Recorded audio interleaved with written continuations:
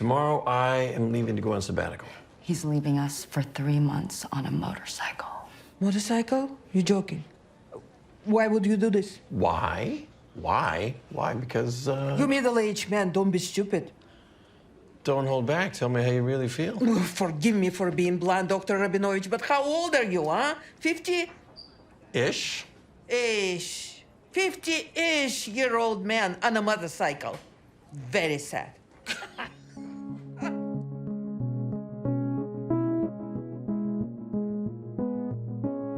Welcome to the Pitt podcast, the official companion to the Pitt on HBO Max. I'm Alok Patel, physician, journalist, basically a loudmouth for public health. And I'm Hunter Harris, a culture critic and screenwriter. Every week on this show, we go inside the Pitt and look at the characters, the patients, the storylines that keep the Pittsburgh Trauma Medical Center running. And then we'll step outside the emergency department to talk about real-world issues that find their way on this show. Today, we're talking about episode 3, season 2. And we're also going to be joined by Shawn, Hatosy and Sepideh Moafi, who played Dr. Abbot and Dr. Al-Hashimi. She's like, this is everything that's wrong with this place. I wrote a manuscript.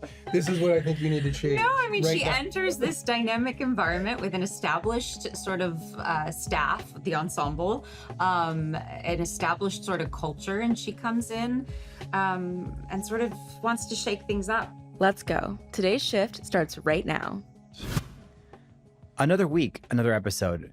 Hunter, I don't know if I was like emotionally ready for all the life lessons in this episode. We talk about implicit bias and forgiveness and tragedy. Just a lot of life lessons jam-packed in this one. This was a big one. This was a heavy one. I want to start off with Dr. McKay, who has had quite the episode. So she has 2 patients who are sort of hitting on her, an older man and like a guy that's kind of her age.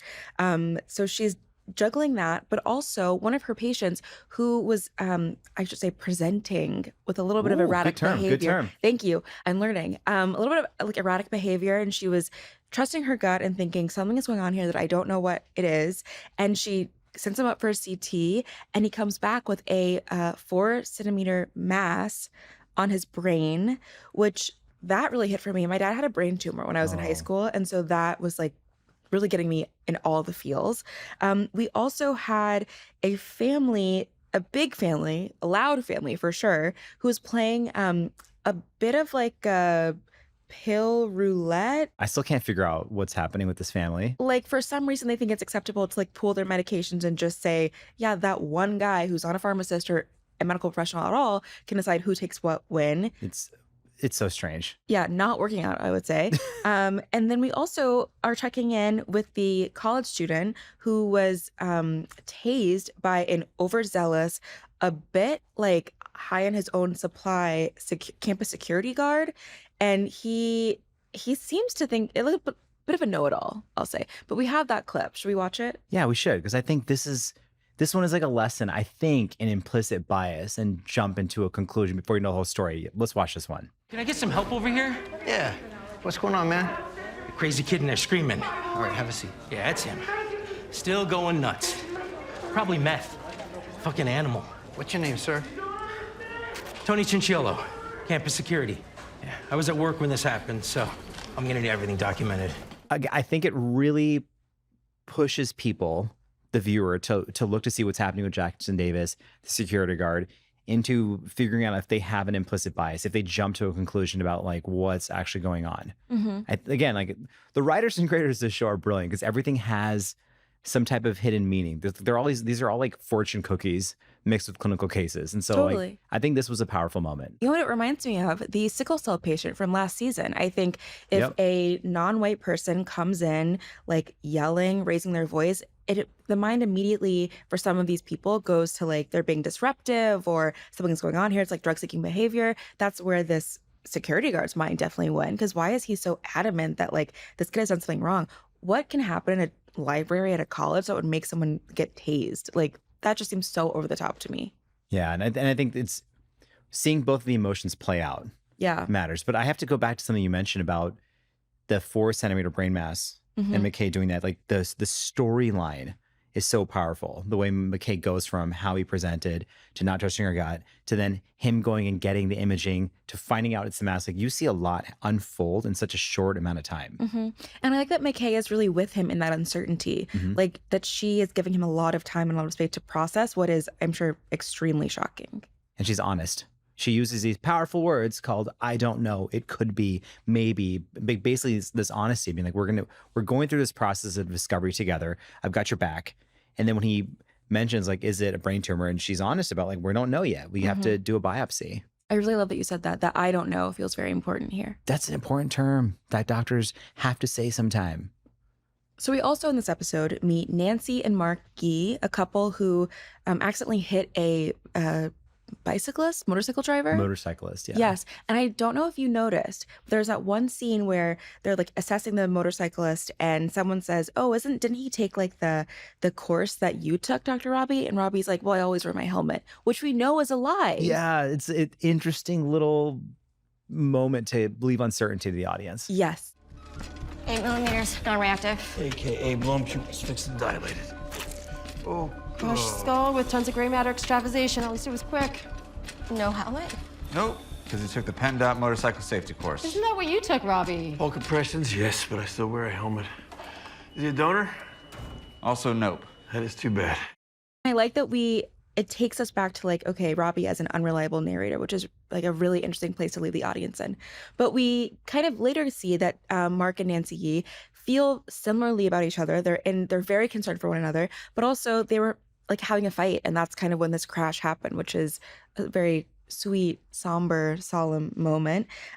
We also have a moment of little flirtation between Dr. Robbie and Dr. Al-Hashimi, where it's not just like they're kind of like tensions are down, but it's a little bit of like flirtation, a little bit of friendship at the very least. How about we each take a lap and meet here when Mr. Yee's back from CT? Splitting up so soon? You're free to see other people, Dr. Rabinovich.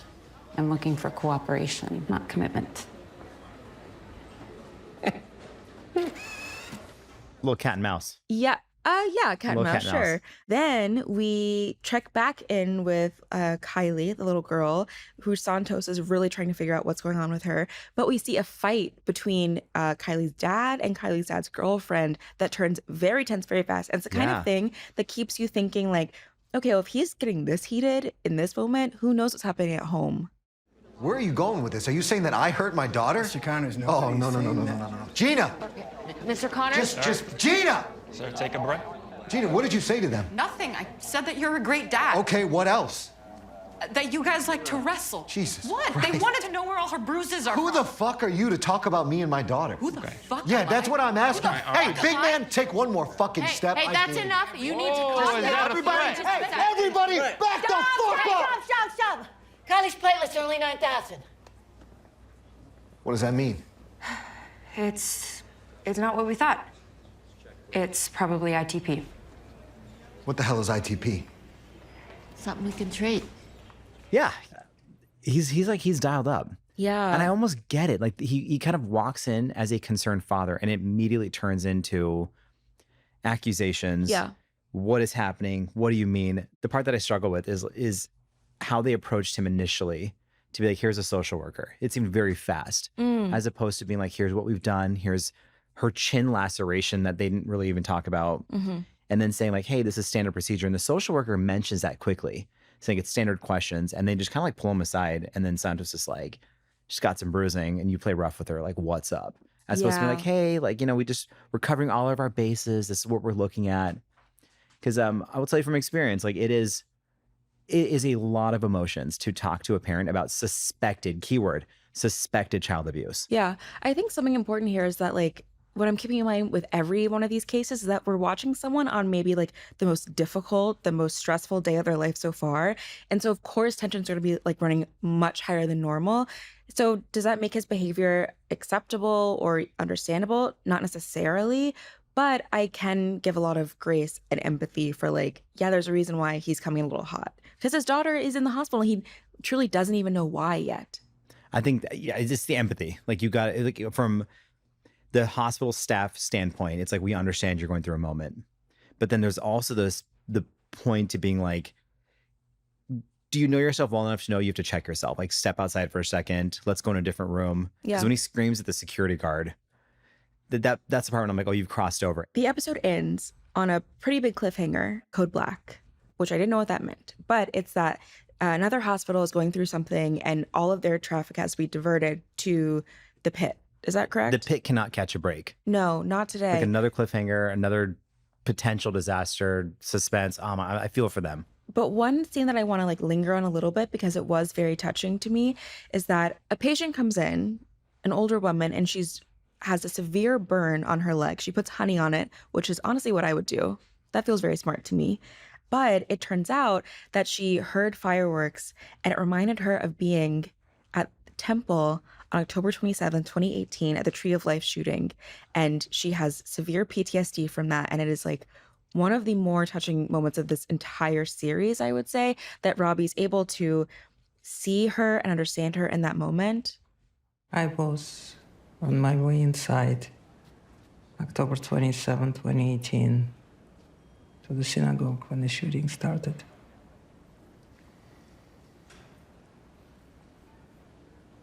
There's nothing I could do.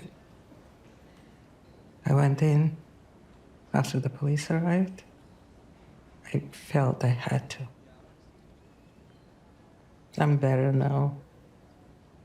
But New Year's Eve, 4th of July, when kids have their fireworks and firecrackers, There is no clock on how long it takes. This is such a powerful moment in terms of empathy, connection, recognizing grief. Even the way the scene almost started when she mentioned the samovar and Dr. Robbie walks in and he's like, oh yeah, samovar, tea kettle. And she hears his last name and there's an immediate connection. Mm-hmm. And, you take this moment, the viewers, everyone takes this moment to realize that she's speaking about the Tree of Life synagogue shooting, one of the deadliest anti-Semitic attacks in U.S. history. 11 Jewish individuals were killed that day in Pittsburgh. Mm-hmm. So this is a really important moment. And we don't know if Dr. Robbie was working that day. We don't know what his connection is. Is it just the fact that he's Jewish? Is it the fact that he's in the community? We don't know. But there is, as you mentioned, there is this connection that doesn't require any words, but is like a masterclass in bedside behavior and just listening. It drives home the Pitt as a Pittsburgh show, that other things happen outside of this world that we haven't necessarily seen on camera during this season, last season. I really need your opinion on Santos this episode, because she's trusting her gut and thinking there's something going on with this little girl and something that the dad and the dad's girlfriend is not telling me. And I wonder how much she should follow that instinct, or how good it is to follow that instinct, but how much it's maybe like a little bit of a heightened awareness that maybe to the patient's detriment, right? What do you think about that? About seeing a case of abuse where there is none, but you have to ask anyway? And you may have a predisposition, or you may be going in there kind of already suspecting something. And like that's that concept of implicit bias coming again. Like we talked about it with Jackson Davis. And I think in this situation, Santos again, like rightfully brings up the possibility of child abuse and almost seems like she's locking in on it. And even when the social worker's like, hey, like, I don't suspect child abuse. And she's kind of like, well, wait till the dad shows up. If he doesn't show up, like, I think we have our like, she's kind of already kind of leaning in that direction. And then when Dana runs out in the middle of that whole confrontation and she's like, the platelets are 9,000, and it just puts water on all the flames because now they have a diagnosis. Yeah. And I think that raises another important issue is, a patient comes in and you might suspect one diagnosis and you can't close off to everything else. So what Kylie ends up having, ITP, immune thrombocytopenia, your platelets drop, you can get bruising, you can get bleeding, and it is easily treatable, becomes this really important learning lesson, I think, for the residents. And then Santos even says, she says, oh, like, I got a zebra diagnosis. I don't remember the exact phrasing, but she mentions like nothing like a zebra to start the day. And a zebra is a joke term for a diagnosis you weren't suspecting, or a rare diagnosis. Okay. When I bet you now, like Santos, the resident, the next time she sees this, ITP will not be a zebra. She will say like, hey, let me not immediately assume this is child abuse. Let me think about all these other things. And vice versa. If she sees ITP, she might say, well, hey, let me make sure this isn't child abuse. This is a big learning moment, I think. It is. A big speed check. And I think it's good that it's happening to Santa specifically because last season she was right about Langdon. She's been right about patients in the past. And even as Dr. Robbie and the social worker are kind of throwing up flags, being like, hey, maybe like slow down, we're going down, jumping to a conclusion, she's still, I mean, her heart is in the right place. She wants to care for her patient. And I'm not even faulting her. If I like, listen, well, I'm faulting her as if I'm the attending. No, I'm just saying like I get where she's coming from because you know you're right. She was right about previously, but then she correctly mentions that Kylie has old and new bruises, which tells us that there's some type of ongoing process. So if we were to see a baby or a toddler, for example, and we get X-rays on them and they have old and new fractures, you're like, oh my gosh, has someone been continuously harming this child, or is it a congenital condition that's causing brittle bones? Yeah. So it's like, it's just keeping the radar open for different possibilities. I have to wonder too about the dad's girlfriend because what is she thinking? She's like, get me out of here. That like she doesn't know what's going on. And also the boyfriend the dad coming in so hot and turning the blame on her immediately. I'm like, that's not a person you want to be with. That's not a man who handles conflict very well. They had problems before they came to the ER. Yes. We got the chance to talk to two of the attendings, Shawn, Hatosy, and Sepideh, Moafi. We've seen Dr. Al-Hashimi a couple times this season so far. We haven't seen Dr. Abbot yet, but I'm waiting. I'm a lady in waiting for him. I'm totally with you. And I was excited we got to talk to them because Dr. Abbot, incredibly important role at the end of season 1 and kind of established his difference in style to Dr. Robbie. We've been talking a lot about Dr. Al-Hashimi. And so I think getting to talk to the two of them about what went into their character, awesome. Viewers, watchers, people, let's go inside the pit and check out this interview.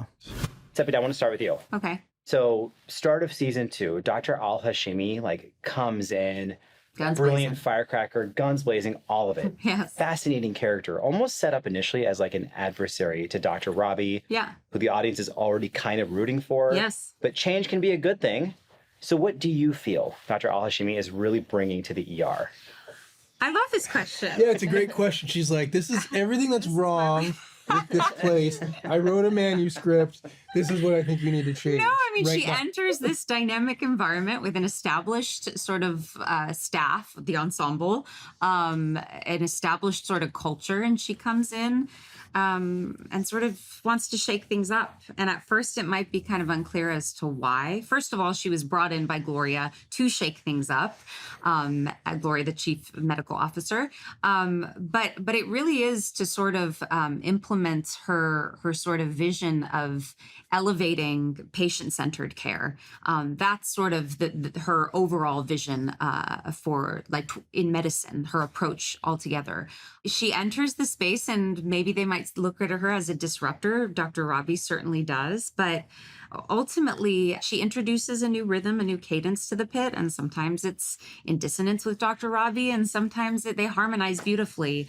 But I think their goals are the same when we put all of our differences aside, because Dr. Al-Hashimi, she sort of represents the modernization of medicine, this more progressive approach, and Dr. Robbie embodies the sort of more traditional doctor that we know. And the reason why she wants to bring in AI and technology is to sort of relieve the burden that so many physicians have, offset some responsibility and admin and charting and all of that so that they can spend more time at the patient bedside and take more time to nurture their own lives, their families, their mental health.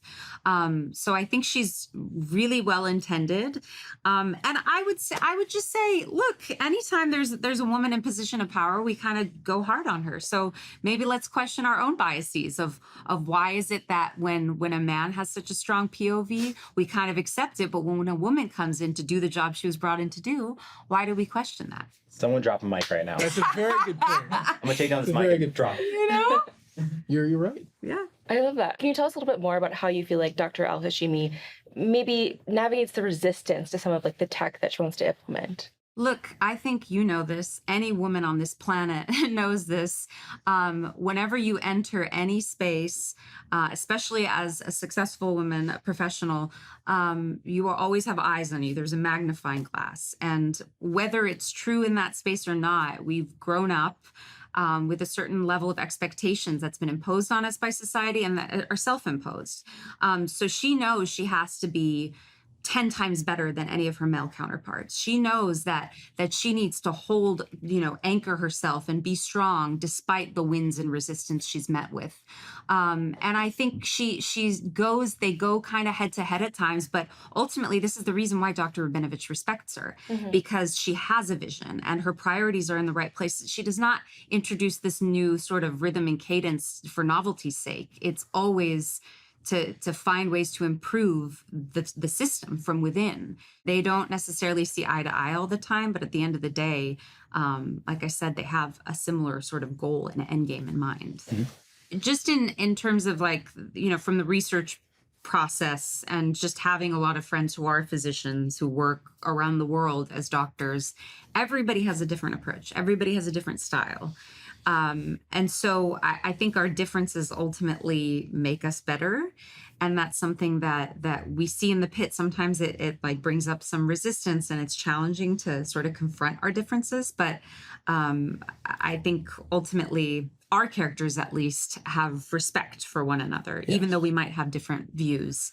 But yeah, we do share. Abbot is always seemingly like, yeah, whatever, man. As long as it gets done, you save that person. I don't care, don't worry about that. Yeah. I mean, I know Robbie and Abbot are mirrors of each other. Yeah. Can you tell us a little bit more about Dr. Robbie and Dr. Abbot being mirrors of each other and kind of how they... Well, I think it's just the characters are so well drawn because you meet Abbot in the first episode of season 1. He's up on the roof. He's had a really rough night. And we get to learn a lot about, without having to say too much exposition, that he's he's very deeply affected by losing this veteran, so much so that he writes the letter, and he's just struggling with, after this very traumatic shift, why he's here, why he keeps coming back. He says it, I don't even know why I keep coming back here. And Robbie kind of talks him off the ledge. And so as the series unfolds, and this mass casualty comes in,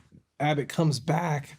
And his experience as a combat medic, it really shines in this moment. His calm in the face of chaos. This is no frills combat zone medicine. No ultrasound, no x-rays, no CT, no labs. Assessed based on mental status and pulse strength. Every critical patient gets an IO, intubation, a unit of blood, and chest tube if needed.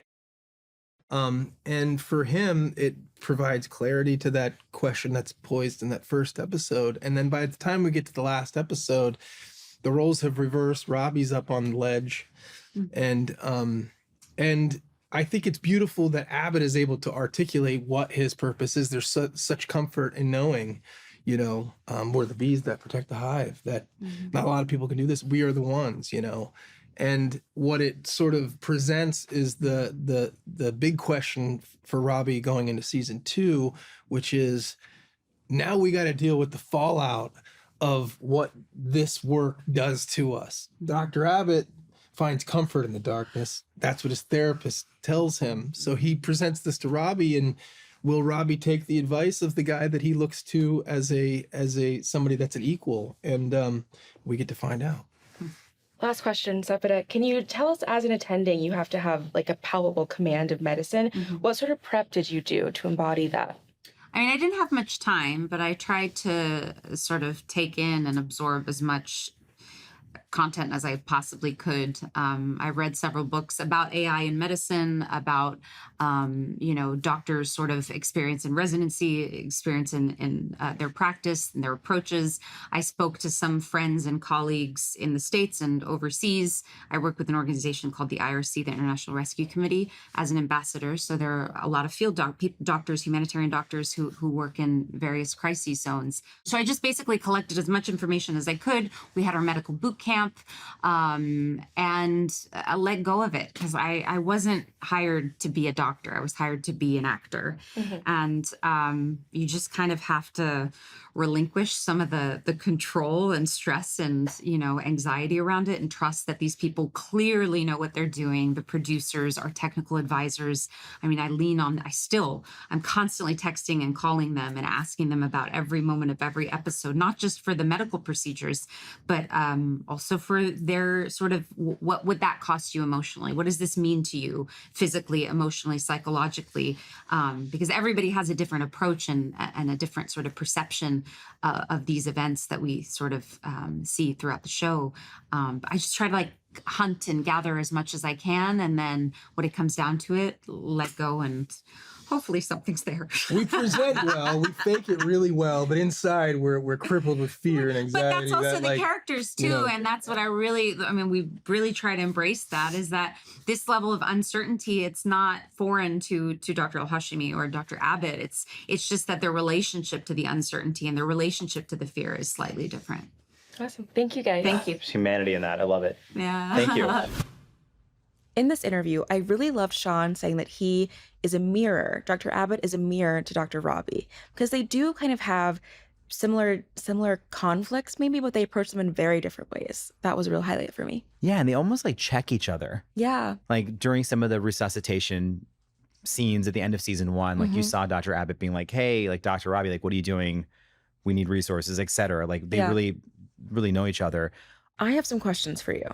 Hit me. I want to just kind of talk about a few procedures that I want some more information on. First of all, Dr. Alok Patel, how many beads have you pulled out of noses in a hospital setting?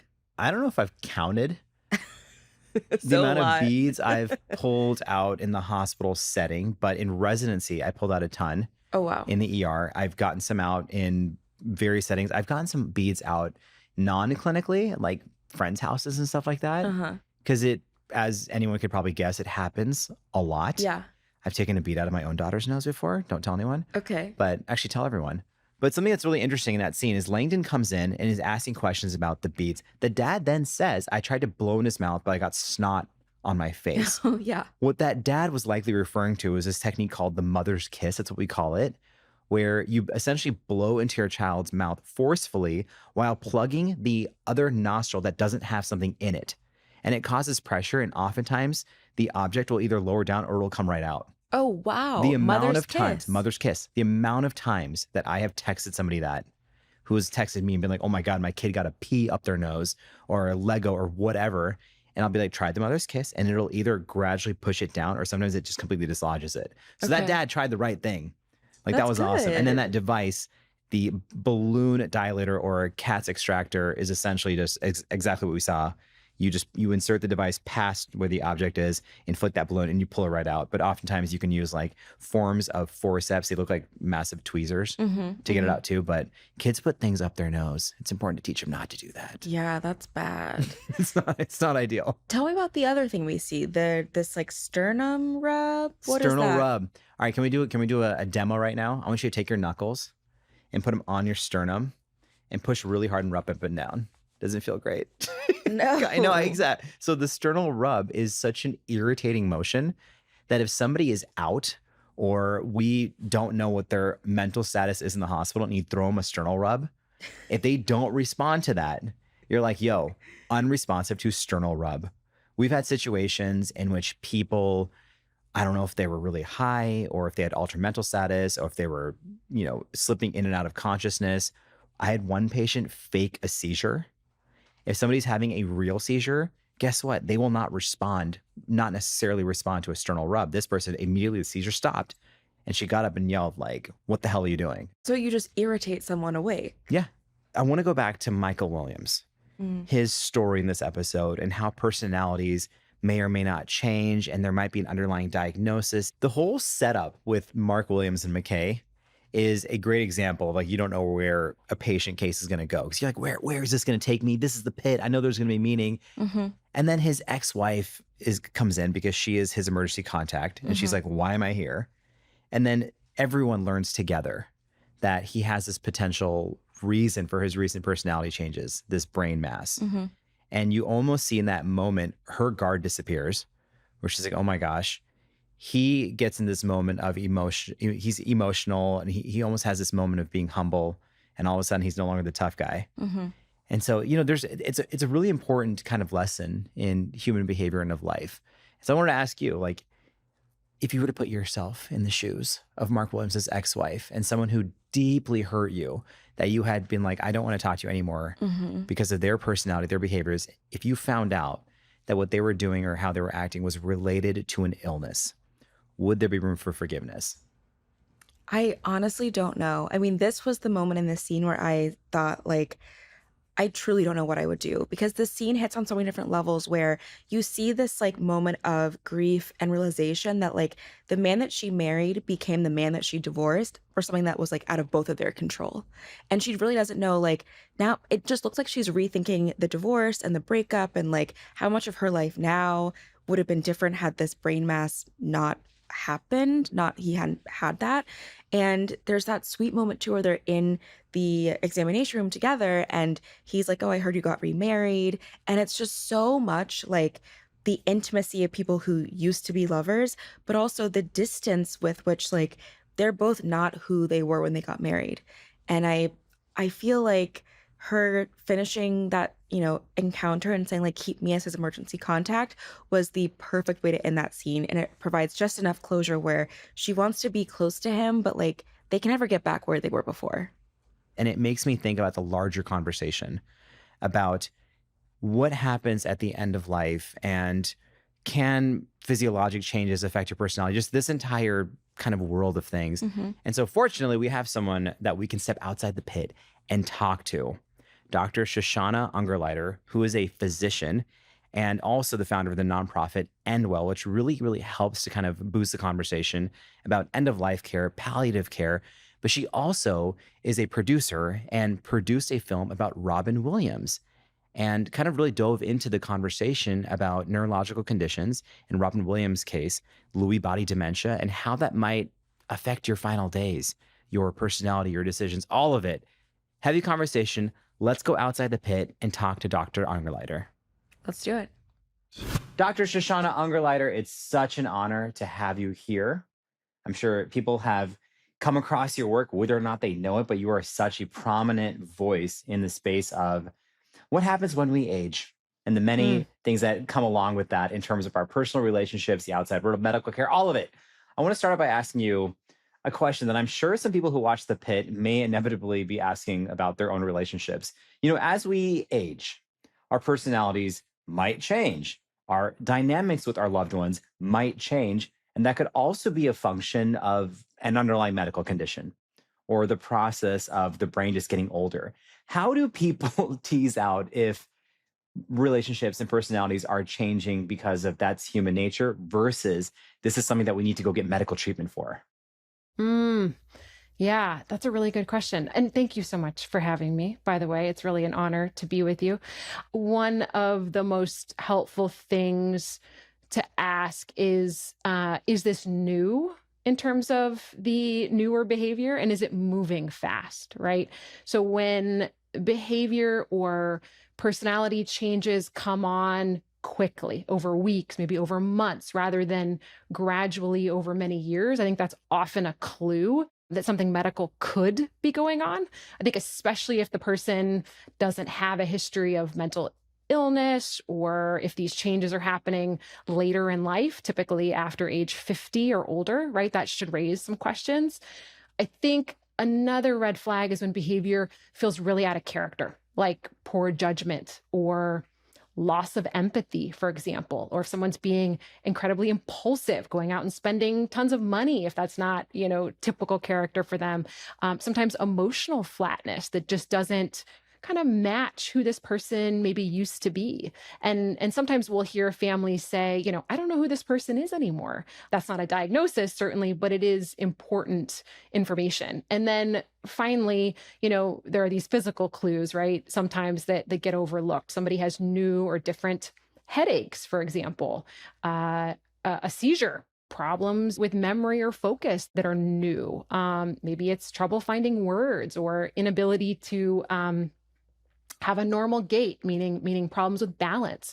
Again, these subtle personality shifts, right? They can come with cognitive changes. And so these are all things to kind of look out for. It might be a warning sign if you're getting treatment and it's not working. It's a sign that maybe you're treating the wrong problem. That's so interesting. In this episode, we see and spend time with a man named Michael Williams who has some type of brain mass. And we meet his ex-wife who says that, like, toward the end of their marriage, he started behaving very differently, was like a lot angrier, a lot more frustrated. And how often do you think it could happen that like someone's behavior changes, and how common is it for like a serious illness to manifest in this way? Like that could even lead to a divorce. Well, I will first tell you, I am certainly not a couples therapist or an expert on relationships, but what I can say and what I've seen in the context of neurological illness, whether it be dementia or brain tumor, one of the hardest things is that personality change often shows up before you have a diagnosis. So someone like maybe this person you're talking about may become more irritable or, again, impulsive or even withdrawn, aggressive even, almost unrecognizable to the people who love them. It happens in the context of brain tumors somewhere like 50 to 60% of the time. People do have these changes. So it is quite possible. That's not to say that people as humans don't change over time, and relationships are very complex, as we all know. So not everything has a medical diagnosis. But again, this idea that if something changes are coming on quickly, if there's a real shift in who this person is from a character perspective, it's worthwhile to kind of take a look and make sure there's nothing else going on. I have a follow-up question, and I don't know if this is like an academic show me the data question or more just like we're friends in a bar spitballing right now. Sure. But if you see relationships falling apart, like if someone is like, oh my gosh, this individual I'm married to, or my child or my sister has had difficult behavior, strains your relationship. Now they're not speaking. Then there is a diagnosis. There was neurodegenerative disease. There was a brain tumor, something that explained it. Do you think that changes the rebuilding, regaining trust? Do you think that just depends on the individual? Do you find that with some situations, it's so damaged that there's no rebuilding no matter what the reason is? My instinct would tell me that if you found out it was a brain tumor, I'd be like, oh yeah, like that's why, you were yelling and screaming and possibly abusive or something. But I don't know. It's a really interesting thought puzzle. Yeah, no, it really is. And I have to say, this is obviously not, my wheelhouse necessarily, but I think it certainly makes the repairing of the relationship different, right? I mean, I think we tend to moralize behavior before we medicalize it, right? And by the time maybe a diagnosis comes up, a lot of damage has already been done, and relationships certainly do get strained and trust gets broken because nobody realized, right, the brain itself was sick. So that creates certainly, complications going forward about how to think about it. Doesn't mean that the damage wasn't done, though. I think that's a really important thing to point out. Regardless of why it happened, damage is damage to a relationship, and it can be really hard to repair. That phrase, we moralize it, not medicalize it. That is like spot on. I'm even thinking about mental health issues, substance abuse, when the damage is done and then somebody comes back and says, hey, I went through therapy. We see this play out in the pit. We see this play out in the pit. And, people are like, hey, I need time to get over it, but I'm glad that you went on your journey. Yeah, it's like you're playing catch up emotionally almost. Things were not good at the end. He was a really different person. Huge temper. Not like when we first got married. I'm so sorry. Could that mass have been there for a while and only recently got worse? Yes. Could it be responsible for how much he changed? His moods and tempers, he was getting into fights with strangers. It's possible.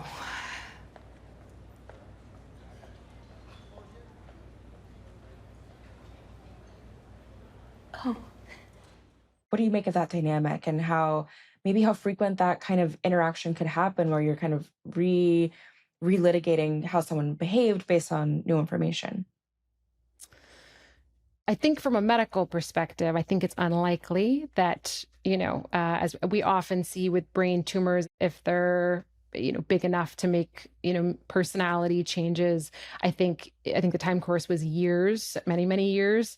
So I think it was unlikely to be there. But, who knows? It's possible. One thing that what she said kind of, I was feeling a bit, and it's a piece that we maybe don't talk about enough, and that's safety.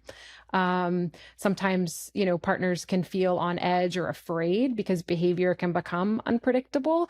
I think you can love someone and still feel unsafe around them, and that doesn't make you a bad person, right? That's very human. I think illness doesn't automatically make everything okay. So that was like a little bit of energy I was maybe getting from her.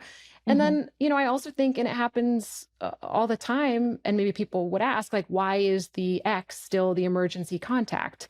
And that's actually incredibly common.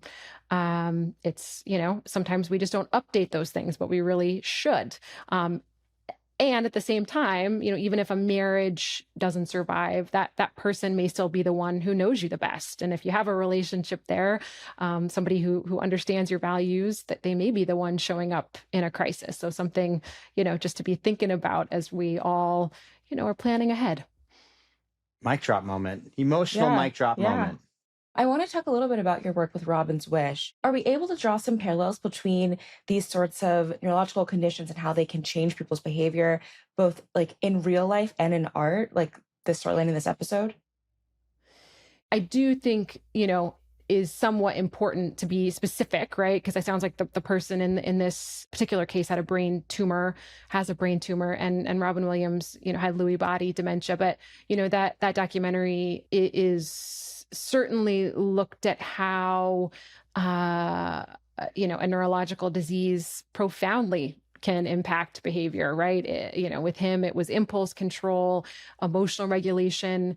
That often happens years before it's diagnosed, right? We know how long it takes for people to get an accurate diagnosis. Unfortunately, it was something like that. And so I think from the outside, people thought that he was simply depressed, or struggling psychologically, right? When it was his brain kind of undergoing a devastating disease process. I think that mirrors what we see I think in this show and in real life all the time. Relationships strain, people get blamed, sometimes marriages fall apart. I think long before anyone realized the brain itself is sick. I think, and once the diagnosis comes, if it does, families are left often reinterpreting years of pain through a really different lens. I don't think it erases the hurt, of course, but I think it can help people kind of explain and maybe even make meaning out of the struggle they went through. Robin's Wish is an incredible film, and I think everyone has some type of memory or touch point with Robin Williams and his work. And so, those last days of his life, as you mentioned, were such a shock for people, and people were speculating, and there's a lot of things flying on the internet. And then you touch on the science and the way the brain responds to illness, to neurodegenerative disease, to mental health issues, all of it. What is something you wish the general public understood more, or something that was talked about more as it relates to the way the brain changes and how personalities or relationships may suffer or change? Ooh. Yeah, man. I think there's so many different things to say about that. My goodness, I would say that we know our loved ones best. So if somebody's behavior is seemingly, off to you, trust yourself, trust your judgment, encourage them to go get things checked out. And then on a completely unrelated note, and because of my work with Endwell and thinking about end of life and caregiving, I think it's really important, like we saw with Robin's Wish and what we know caregivers often going through in the context of a very particular kind of grief that doesn't get talked about enough. And that's anticipatory grief. If you sort of are seeing someone you love slip away, now certainly without a diagnosis, you sort of don't know what you're grieving necessarily, but that's a real form of grief. You're mourning the version of someone that you loved. It's their personality, maybe their emotional availability to show up for you, the relationship maybe that you thought you had. And that can feel incredibly lonely because I think socially there's no permission to grieve someone who's technically alive, right? And I think also, right, caregivers very, very often absorb the hardest parts behind closed doors. right? We don't see it. The outside world may only see the patient or the person as sick and the caregiver as, being strong for them. And I think so often when caregivers feel burned out, they feel resentful or even like overwhelmed, there's a lot of shame that comes with that. And so I think, that struggle is a really human response to prolonged stress and loss, happening in real time. And I think one of the most important things we can do is name this as grief, not failure and not lack of love, but really grief. Stay Amazing. curious. Yeah. Shoshana, Dr. Ungerleider, thank you so much for taking the time, for sending us on this thought-provoking emotional roller coaster as we evaluate aging and change and personalities and grievance and moralizing before medicalizing. That one's going to sit with me. That's with good. me. Thank you. Thank you for being here. Thank you so much. Thanks for having me. After hearing that conversation, I feel like I am rethinking how personalities and behaviors affect relationships and the amount of patience and empathy we might have. Like, my mind is all over the place. Where's your mind right now? Yeah, no, I feel the same. And I was very moved by this idea of the grief of a caregiver and how you can almost like preemptively grieve someone who's still here, but is not who you remember them to be. I like naming that because I think it helps sort of normalize it and help us through it. And I know we weren't specifically talking about Langdon and Dr. Robbie, but it came up to me because there is this moment of grieving that Dr. Robbie goes through at the end of season 1. And Langdon comes back now and he's like, hey, I went through it. There was a diagnosis. I owned it. I went through rehab. I'm doing the steps. And Dr. Robbie almost seems like he's like, well, I'm grieving the relationship I had. Yeah. I need my own time. No, that's what I think. It's like emotional catch up. Langdon is at one place with this relationship and Robbie is still several places behind, trying to figure out how he feels in the moment. I like that this show kind of addresses that from multiple different storylines, from different angles. It's made me think a lot. And it's fascinating how Dr. Robbie and Langdon are still working through it. Whereas in this specific case with the brain tumor, they almost patched things up like right away. And the empathy was like there immediately. Well, I think it's different stakes. Like when you're thinking about a marriage and a divorce and how quickly someone's personality has changed, it feels more urgent maybe in that moment. Because I think Dr. Robbie is still like, let's keep Langdon out in triage and I don't have to deal with out of sight, out of mind. That's it for today's episode of the Pitt Podcast. We won't be gone long. Don't worry. We'll be back on Thursday, right after the new episode drops. Watch us on HBO Max or listen wherever you get your podcasts. And don't forget to comment with a question, a hypothesis, a diagnosis even. Let us know. The Pitt Podcast is a production of HBO Max in collaboration with PRX. The executive producer of PRX is Jocelyn Gonzalez. Our managing producer is Courtney Florentine. Our editor is Lucy Perkins. Our production managers are Abbot and Tony Carlson. Our video producer and editor is Anthony Q. Artis, with assistant editor Damon Durrell Hinson. This show is engineered by Tommy Bazarian. Special thanks to Joe Carlino. The executive producer of HBO Podcasts is Michael Gluckstadt. The senior producer is Allison Cohen-Sirokach, and the associate producer is Aaron Kelly. Technical director is Insung Huang. I'm Alok Patel. And I'm Hunter Harris. We'll see you next week in the Pit.